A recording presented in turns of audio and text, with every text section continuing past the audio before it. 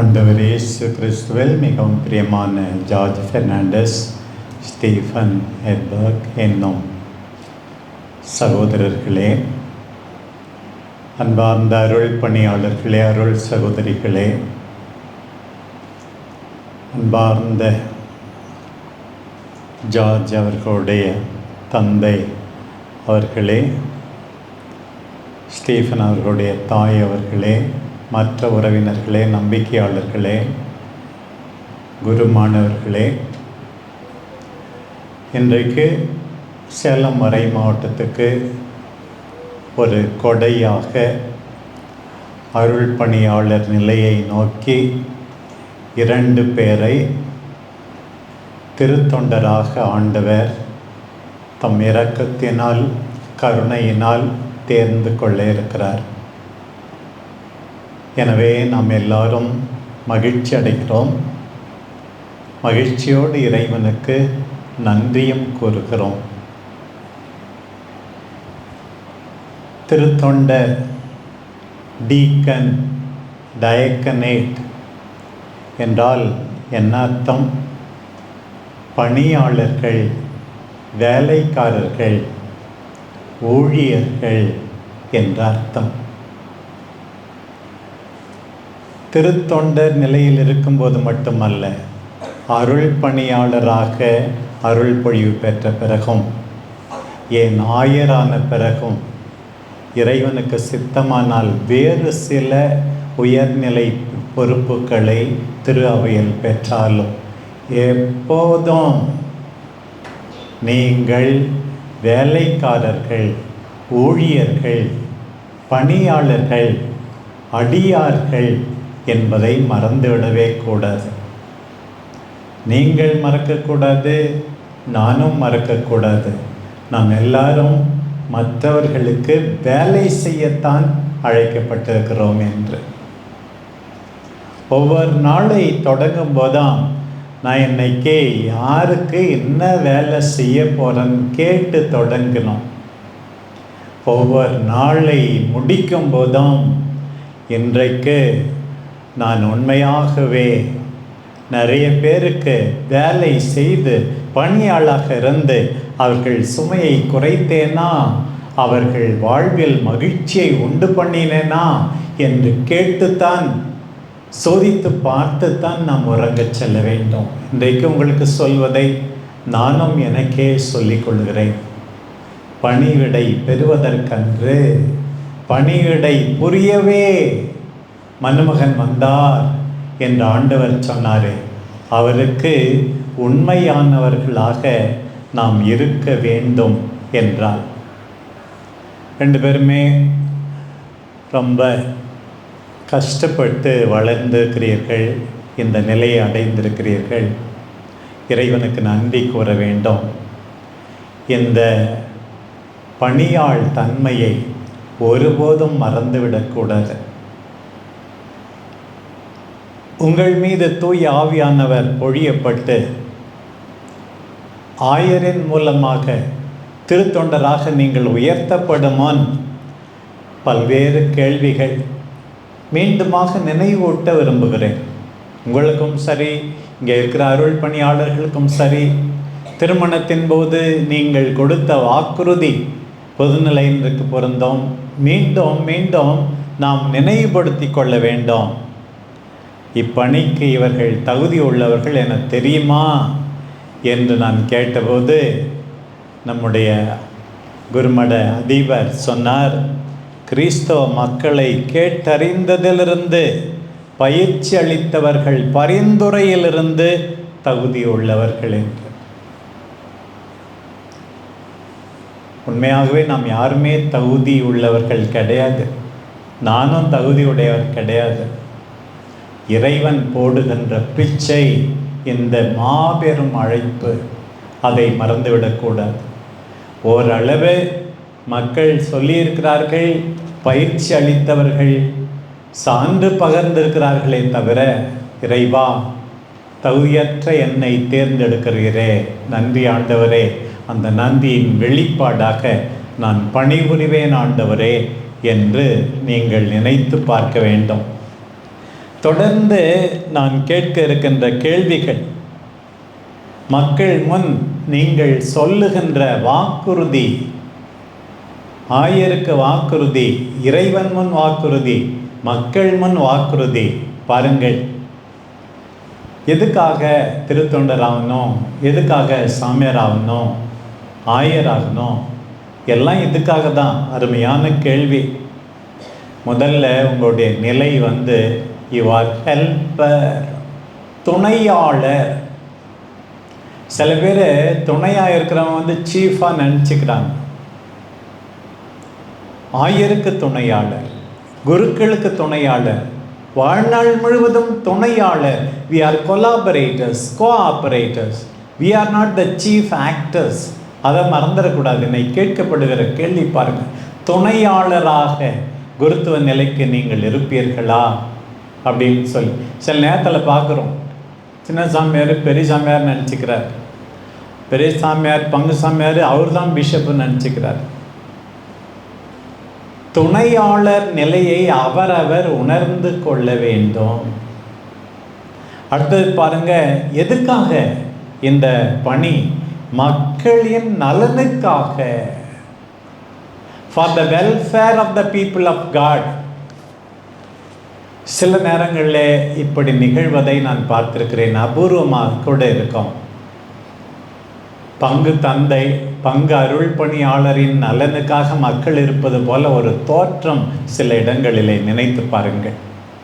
அர்ப்பண வாழ்வை நேர்மையாக உண்மையாக வாழாமல் ஏதாவது ஒரு பங்கு கொடுக்கணுமே, சரி இந்த பங்கில் போடு, போனால் மக்களின் நலனுக்காக இல்லை இவருடைய நலனுக்காக நியமிப்பது போல சில நேரங்களில் அப்படி நடக்கிறது. எப்போதுமே என்னால் மற்றவர்கள் நலன் வளர்க்கப்பட வேண்டுமே தவிர எனக்காக நான் அங்கே அனுப்பப்படுவதில்லை. பின்னாடி நீங்கள் கேட்கும் போதும் எனக்கு இந்த இடத்துக்கு அனுப்புங்க, ஏன்பா உன்னுடைய வசதிக்காக அந்த இடத்த கேட்குறியா? இல்லை மக்களின் நலனுக்காக என்று அவர்கள் சொல்லுவார்களா என்றால் இல்லை என்று தான் சொல்ல வேண்டும். தங்களின் நலனை மனத்தில் வைத்து பொறுப்போ படிப்போ எதுவுமே கேட்கக்கூடாது. இதுதான் ஆண்டவர் பாருங்கள், கேள்வி கேட்கும்போது மட்டும் சொல்றார், மக்களின் நலனுக்காக நீ பணிபுரிவாயா, உன்னுடைய நலனுக்காக அல்ல. தொடர்ந்து பாருங்கள், பணியுடனும் அன்புடனும் நீ உன்னுடைய பணியை நிறைவேற்றுவாயா. இருமாப்போடு அல்ல, திமிரோடு அல்ல, வெறுப்போடு அல்ல, வேண்டா வெறுப்போடு அல்ல, பணியோடும் அன்போடா பொறுப்பை நிறைவேற்ற வேண்டும். இதுதான் உங்களிடம் கேட்கப்படுகின்ற முதல் கேள்வி. பாருங்கள், தொடர்ந்து பாருங்கள். நம்பிக்கையின் மறை உண்மையை மனதில் கொண்டு அந்த நம்பிக்கையை நற்செய்திக்கும் திரு அவையின் மரபுக்கும் ஏற்ப இஷ்டப்படி ஏதாவது பேசுகிறாங்க சில பேர். நற்செய்திக்கு உண்மையாக இருக்கணும், திரு அவையின் மரபுக்கு ஏற்ப உண்மையாக இருக்கணும்.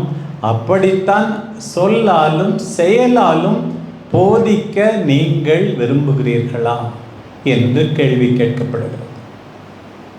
அப்படின்னா எல்லாம் இன்னும் படிக்க வேண்டிய நிறைய இருக்குது, நிறைய தயாரிக்கணும். மரபு என்ன, நற்செய்தி என்ன? இப்போ அவங்க திருப்பலிக்கு வர்றதுக்கு முன்னாடி நான் ரொம்ப நேரம் என்னதான் சொல்லணும் அப்படி தான் படிச்சுக்கிட்டு இருந்தேன். வாழ்நாள் முழுவதும் கற்றுக்கொள்ள வேண்டும். ஏனென்றால் இறை வார்த்தைக்கு உண்மை உள்ளவர்களாக இருக்க வேண்டும். இன்னொரு பக்கம் பாருங்கள், திரு அவையின் மரபுக்கு உண்மை உள்ளவர்களாக இருக்க வேண்டும், போதிக்க வேண்டும். வார்த்தையால் மட்டும் அல்ல. எவ்வளோ அருமையான கேள்வி. உங்கள் வாழ்வால் போதிப்பாயா? அன்பு, கனிவு, இரக்கம், கடின உழைப்பு, தியாகம் எல்லாவற்றையும் உன்னுடைய வாழ்வால் போதிப்பாயா என்று கேள்வி கேட்கப்படுகிறது. தொடர்ந்து பாருங்கள், உள்ளார்ந்த அர்ப்பணத்தின் அடையாளமாக இன்றைக்கு மனத்துறவை நீங்கள் வாக்களிக்கிறீர்கள். மீண்டும் ஒரு முறை நீங்கள் குரு பட்டத்தின் போது வாக்களிப்பதில்லை, இப்போதே மனத்துறவு. எதற்காக? For the sake of the kingdom of God, as a sign of the world to come, to serve the Lord with an undivided heart in greater fruitfulness, to be available for the people of God. ஒரு பக்கம் திருமணத்தை தவிர்ப்பது, அது மட்டும் போதாது, அதை தாண்டி நீங்கள் திருமணத்திலே கணவனுக்கும் மனைவிக்கும் இடையே மட்டும் இருக்கக்கூடிய அந்த நெருக்கமான உறவை தவிர்க்க வேண்டியது சிந்தனையிலும் சொல்லிலும் செயலிலும். அதுதான் இந்த மனத்துறவினுடைய அழைப்பு. பாருங்கள், மறந்துவிடவே கூடாது. அதை இப்போது நீங்கள் வாக்களிக்கப் போகிறீர்கள். வாழ்க்கை முழுவதும் பாருங்கள், ஜெபிக்கும் மனநிலை நிலந்து பிரேவியரி, காலை ஜெபம், மாலை ஜெபம், இவ்வளோ நாள் குருமடத்தில் ஜெபித்தீர்கள். அவை நீங்களாக மற்ற ஜெபங்கள் இவையெல்லாம் ஜெபிக்கிறீர்கள். இறைவனை புகழ, மக்களுக்காக ஜெபிக்க, உங்களை புனிதப்படுத்த. அதற்கும் இப்போது வாக்களிக்கப் போகிறீர்கள். பாருங்கள், தொடக்கத்தில் நம்முடைய மறைமாவட்ட முதன்மை குரு அவர்கள் சொன்னது போல 3 முப்பெரும் பிரிவுகளாக உங்கள் பணியை பிரிக்கலாம். நான் எப்போதுமே சொல்லுவேன், இறை வார்த்தை. இன்றைக்கு முக்கியமாக இறை வார்த்தை உங்களிடம் ஒப்படைக்கப்படுகிறது. படிப்பதை நம்பு, நம்புவதை போதி, போதிப்பதை வாழ்ந்து காட்டு. ஒரு திருத்தொண்டர் என்றால் இறை வார்த்தையின் மனிதர். பார். இரண்டாவது, புனிதமிகு நற்கருணை பணி. நற்கருணை பலியை நீங்கள் நிறைவேற்ற முடியாது. நற்கருணை பலியை மையமாக வைத்து அதை கொண்டாடுகின்ற குருவுக்கு எல்லா உதவியும் செய்ய வேண்டும்.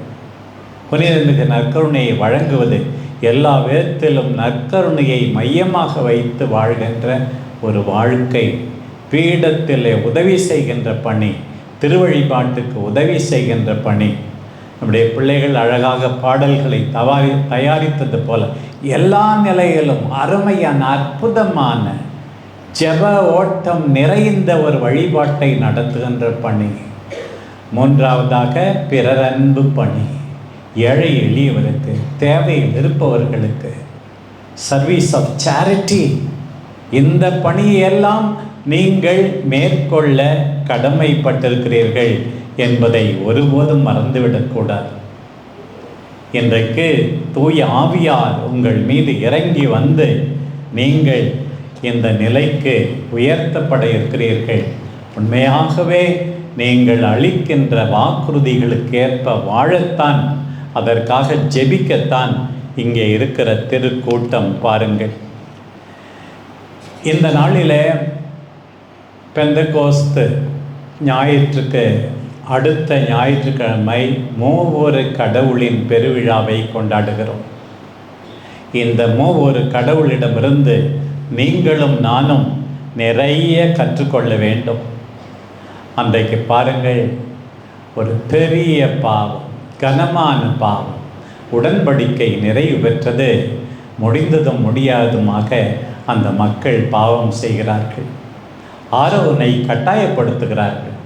எங்களுக்கென்று ஒரு சிலையை செய்து கொடு என்று கேட்டார்கள்.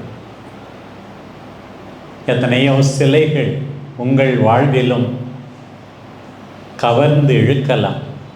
பணம், வாகனம், பதவி, பல்வேறு எலக்ட்ரானிக் கூட்ஸ், இவைதான் கடவுளுடைய இடத்தை எடுக்க தொடங்குகின்றன.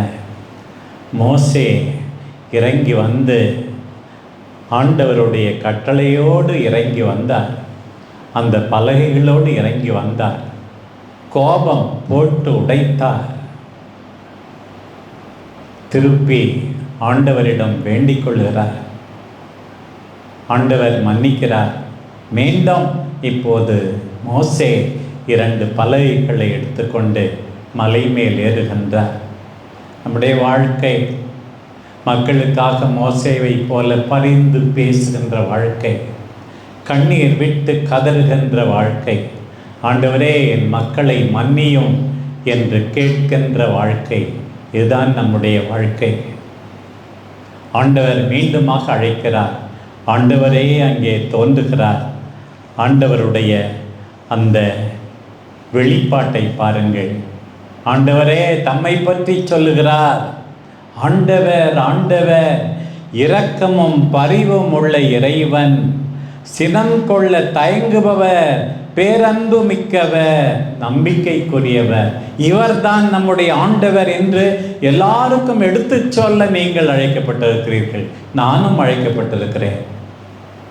இரக்கமும் பரிவும் உள்ள இறைவனை நீங்கள் மக்களுக்கு அடையாளம் காட்ட வேண்டும். அப்படியானால் நீங்கள் இரக்கம் கொண்டிருக்க வேண்டும், பரிவு கொண்டிருக்க வேண்டும், உங்கள் வாழ்க்கையால் காட்ட வேண்டும். சினம் கொள்ள தயங்குபவர் ஆண்டவர். ஒரு அருள் பணியாளராக, அருள் சகோதரியாக இருந்து கொண்டு மற்றவர்கள் மீது எரிந்து விழுந்தால் உண்மையாகவே நாம் நம்புகின்ற ஆண்டவருக்கு பிரமாணிக்கம் காப்பதில்லை. பாருங்கள், சினம் கொள்ள தயங்குபவர், பேரன்பு மிக்கவர், நம்பிக்கைக்குரியவர். ஆண்டவரே தம்மை இவ்வாறு வெளிப்படுத்துகிறார். தொடர்ந்து மோசேயினுடைய அந்த ஜெபத்தை பாருங்கள். உம் பார்வையில் தயவு பெற்றால் ஆண்டவரே எங்களோடு வந்திருந்தோம். இதுதான் குருவினுடைய ஜெபம், திருத்தொண்டருடைய ஜெபம், நம்முடைய குரு மாணவருடைய ஜெபம். ஆண்டவரே எங்களோடு இருந்தருளோம், எங்களோடு வந்தருளோம். எங்கள் கொடுமை பாவம் அனைத்தையும் மன்னித்து எங்களை உம் உரிமை சொத்தாக்கிக் கொள்ளும். ஏற்கனவே அக்கலைட்டாக, லெக்டராக, அதற்கு முன் குரு மாணவராக ஆண்டவருக்கு சொந்தம். இன்றைக்கு சிறப்பான விதத்தில் நீங்கள் உரிமை சொத்து. You belong to God. ஆண்டவருக்கு சொந்தம். இங்கே இருக்கிற நாங்கள் எல்லாரும் ஆண்டவருக்கு சொந்தம். சிறப்பான விதத்தில் ஆண்டவருக்கு சொந்தம். ஆண்டவரே நாங்கள் உம்முடைய உரிமை சொத்து என ஆக்கிக் கொள்ளும். இன்றைக்கு நானும் உங்களுக்காக வேண்டிக் கொள்கிறேன். எங்கள் அன்பார்ந்த ஜார்ஜ், ஸ்டீஃபன், ஆண்டவரே உம்முடைய சொத்து அவர்கள் என்பதை உணரச் செய்யும் ஆண்டவரே என்று நான் கேட்கிறேன். பாருங்கள், அதே தொடர்ச்சியாக இன்றைய நற்செய்தி. அந்த தந்தை இரக்கம் நிறைந்தவர், சினம் கொள்ள தாமதிப்பவர், மிகவும் நல்லவர்.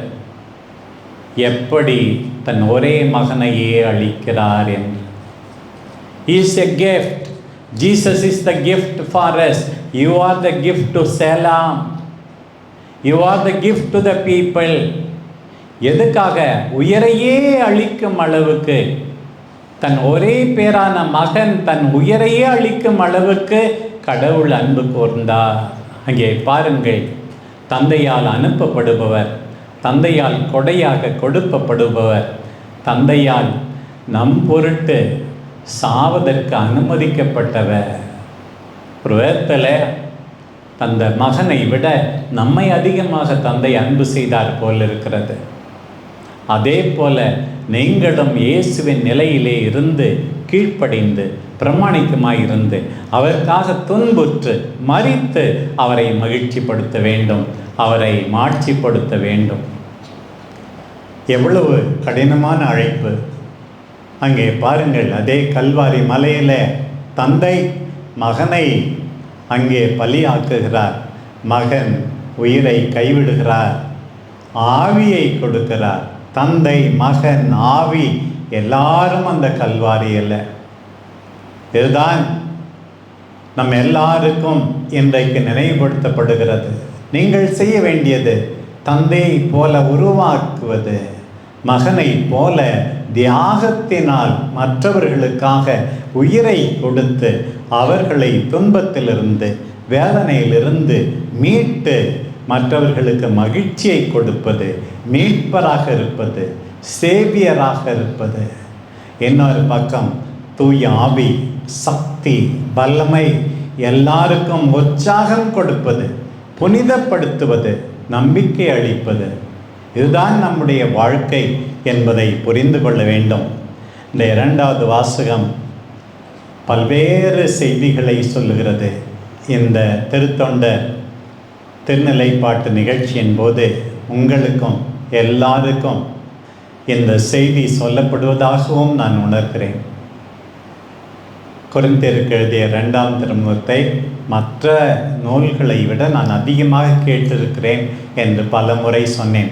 அதனுடைய கடைசி 4 வசனங்கள் தான் இன்றைக்கு வாசிக்கப்பட்டது. பாருங்கள், பல முறை நான் கேட்டிருக்கிறேன், 100 முறை கேட்டிருக்கிறேன். இப்படி முடியுதுன்னு இன்னைக்கு கேட்கும்போது இன்னும் கொஞ்சம் ரொம்ப சந்தோஷமாக இருந்தது. இன்னைக்கு ஒரு கடவுள் தெரினா இந்த செய்தியை நம்ம பின்பற்றினாவே போதுமே. ஒரு விதத்தில் இந்த செய்தியை நீங்கள் பின்பற்ற வேண்டும், நான் பின்பற்ற வேண்டும், மற்றவர்கள் பின்பற்ற வேண்டும் என்று நாம் எல்லாரும் சொல்ல வேண்டும். பாருங்கள், மகிழ்ச்சியாயிருங்கள், 11வது வசனம். மகிழ்ச்சியாயிருங்கள். வேதனை இருக்கலாம், கஷ்டம் இருக்கலாம், எவ்வளோ கஷ்டங்கள் நமக்கு நெருக்கமானவர்களால் வருகிறது, நெருக்கமானவர்களுக்கு வருகின்ற கஷ்டங்களால் வருவது. உங்கள் பெற்றோர் ஒருவரை பிரிந்த போது கஷ்டம், அம்மா நோய்வாய் போயிட்டு இருக்கும்போது கஷ்டம், வேதனை, இவற்றினுடைய ஆண்டவர் என்னோடு தானே இருக்கிறார். எந்த சூழ்நிலையிலும் இன்றைக்கு நமக்கு சொல்லப்படுகிறது, மகிழ்ச்சியாயிருங்கள், மற்றவர்களை மகிழ்ச்சியாய் இருக்க விடுங்கள், மற்றவர்களின் மகிழ்ச்சிக்காக நீங்கள் போராடுங்கள். ஒரு 3 நாளைக்கு முன்னாடி சூரமங்கலம் போனேன். ஒரு அம்மா படுத்த படுக்கையாக தான் படுத்துட்டு இருந்தாங்க. அவங்களுடைய உடல் நலத்தை நான் விசாரிக்க என்னை விடவே இல்லை. ஆண்டவரே, நீங்கள் எப்படி இருக்கீங்க, நீங்கள் எப்படி இருக்கீங்க, சாப்பிட்டீங்களா, எப்படி இருக்குன்னு என்னை பற்றி அவர்கள் விசாரிக்கிறார்கள் அதிகமாக. நோய்வாய்ப்பட்ட நிலையெல்லாம் என்னுடைய உடல் நலத்தை பற்றி அக்கறை கொண்டு மகிழ்ச்சியூட்ட நினைக்கிற அந்த தாய்க்கு நான் நன்றி கூறுகிறேன். அதுதான் மகிழ்ச்சியாயிருங்கள். 2வது பாருங்க, நடத்தையை சீர்படுத்துங்கள். இன்றைக்கு வாசிக்கப்பட்டது, ஷேப் யுவர் கான்டக்ட். நடத்தையை சீர்படுத்துங்கள். பெர்ஃபெக்ட்னு நினைக்காதீங்க. பவுல் சொல்றார், நடத்தையை சீர்படுத்துங்கள். உன் நடத்தையை சீர்படுத்து. மக்களுடைய நடத்தையை நீ சீர்படுத்த பாடுபட உன்னையே இன்றைக்கு ஆண்டவருக்கு அர்ப்பணிக்க போகிறாய். நடத்தையை சீர்படுத்து. 3வது பாருங்க, அறிவுரைக்கு செவிசாய். கேளுங்க, சாமியார்கிட்ட கேளு, பிஷப் கிட்ட கேளு, சிஸ்டர்கிட்ட கேளு, பெரியவங்க கிட்ட கேளு, நல்ல அனுபவம் வாய்ந்தவர்கிட்ட கேளு, படித்தவங்ககிட்ட கேளு. அறிவுரைக்கு செவிசாயுங்கள்னு சொல்கிறார். இன்னைக்கு முடிக்கும்போது எப்படி தான் பவுல் இப்படி அந்த காலத்திலே நமக்கெல்லாம் சொல்லியிருக்கார் பாருங்க. அடுத்தது ரொம்ப முக்கியம், நம்ம எல்லாருக்கும் ட்ரினிட்டி, ஹோலி ட்ரினிட்டி என்றால் ஒற்றுமை, கம்யூனியன். அதுதான் பவுல் சொல்றார், மன ஒற்றுமை கொண்டிருங்கள், அமைதியுடன் வாழுங்கள். மன ஒற்றுமை கொண்டு எல்லாரையும் மன்னிச்சிருங்க. இன்றைக்கு இந்த திருப்பலியில் பங்கெடுக்கிற அனைத்து அருள் பணியாளர்களே, அருள் சகோதரிகளே, அன்பார்ந்த நம்பிக்கையாளர்களே, மன ஒற்றுமை கொண்டிருங்கள். பாருங்கள், அமைதியுடன் வாழுங்கள்.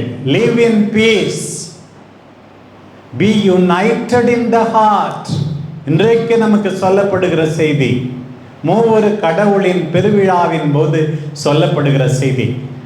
சில பேர் ஊர் 2 பட்டா கூத்தாடி கொண்டாட்டம் அந்த மாதிரி நடக்கிறது சில இடங்களிலே. நீங்கள் எப்போதும் மன ஒற்றுமையோடு, ஆயரோடு, அருள் பணியாளரோடு, குடும்பத்தாரோடு வாழ வேண்டும், அமைதியோடு வாழ வேண்டும். இல்லை என்றால் ஜெபம் கேட்கப்படாது, உடல் நலமே கிடைக்காது, மனநலமே கிடைக்காது. மனநலம், அமைதி, மன்னிப்பு. இன்றைக்கு பவுல் சொல்வது, பாருங்கள், கடவுள் உங்களோடு இருப்பார். அன்பும் அமைதியும் நிறைந்த அந்த கடவுள் இதையெல்லாம் செய்தால் எப்போதும் உங்களோடு இருப்பார். இன்னொன்னும் சொல்றார், ஒருவரை ஒருவர் வாழ்த்துங்கள். Greet people. சில பேர் பார்த்தாலும் கண்டுக்காம போகிறாங்க. கிரீட் பண்ணால், வணக்கம் சொன்னால், தோஸ்தம் சொன்னால் குறைஞ்சா போயிடும். வணக்கம் சொல்லனா என்ன அர்த்தம், ஏன்னா என் முன்னாடி வந்தானோ தெரியலையே அப்படின்னு நினைப்பதாக அர்த்தம்.